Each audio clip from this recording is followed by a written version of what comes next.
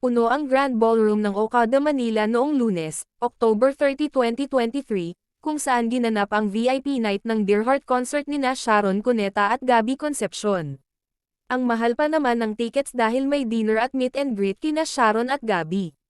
Pero sobrang nag-enjoy ang fans nila sa pakilig nilang dalawa, at ang komento raw ng ibang nakapanood, nakakakanta raw pala si Gabby. May nagkwento rin sa amin na ang ibang nanood sa Okada Manila ay nakapanood na rin sa SM MOA Arena nung Biyernes, October 27.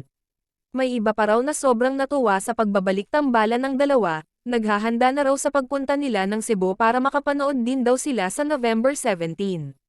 Pero iba pa rin talaga ang una nilang show sa SM MOA Arena dahil sa masayang segment kasama ang mag-asawang OG Alcacid at Regine Velasquez.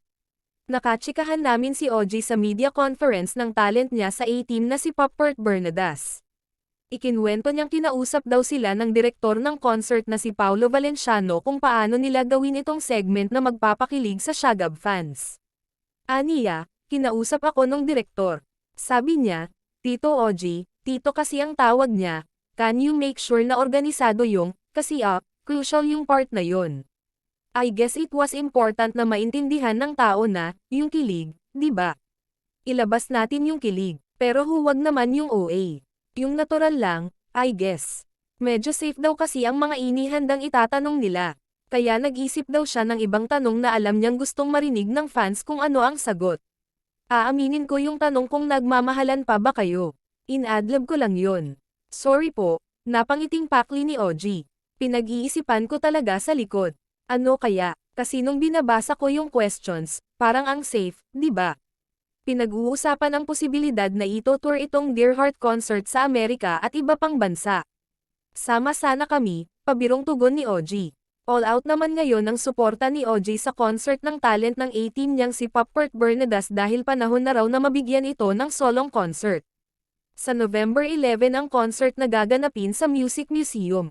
Pinamagatan itong Who Put the Pop in Popert. Sabi pa ni OG, hindi nila inarte-arte ni Regine yung kinikilig sila sa mga sagot nina Sharon at Gabby. Yung tanong daw niyang, mahal nyo pa ba ang isa't isa? Ay doon na raw inihagis ni OG ang upuan. Nauna si Regine na naghagis ng silya dahil sa sobrang kilig. Kwento pa ni OG. So, tumayo na si Gabby, syempre nagsisigawan na. Hinagis ko yung upuan. So, nung the next day sa TikTok, yun yung laman ng TikTok. Sabi ko, nagba-viral yata yung portion na yun. Nakakatuwa kasi, kinikilig yung mga tao. And I guess, na-accomplish namin yung dapat naming gawin which was para kaming marites doon na fan, no? Na gusto naming marinig yung gusto nila. All for the sake of fun. Wala namang ano doon. Wala. Actually, sinimulan ni Regine yun. Hinagis niya. Uy, huwag mo ihagis yun, wala nga tayong bayad dito, no? Tapos yung ginawa ko, tinapon ko talaga yun, ang ganda, kasi si Sharon was game, lalo naman si Gabby. Nakakatuwa, wala talaga sa script yung part na yun. Pero ano lang yun, for the sake nga of fun.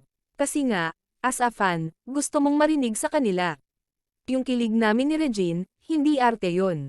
Totoo talaga yun. Nakakakilig kaya sila. Dahil sa nakakakilig na kwento ni OG, pagkatapos ng media conference na iyon ay tumuloy na sa Okada Manila si Popert para mapanood itong Dear Heart concert. Memorable at nakakahalakhak yung Q&A portion ni Sharon at Gabby with Ogre na may balibagan ng silya habang makabagbag damdamin ang musical background. What was the best part of being married? Ang unang tanong, inunahan ni OG si Regine sa pagtatanong dahil mas marites pa raw siya kesa kay Asia's Songbird. Tugon ni Gabby, yung pagiging father kay Casey ang highlight at most exciting part ng kanilang buhay mag-asawa. Sumang-ayon si Sharon, si Casey rin. Ang plano pa raw nila noon ay magkaroon ng 8 supling. Inalala ni Sharon at Gabby yung times na ipinagluluto ni megastar ang ex-husband.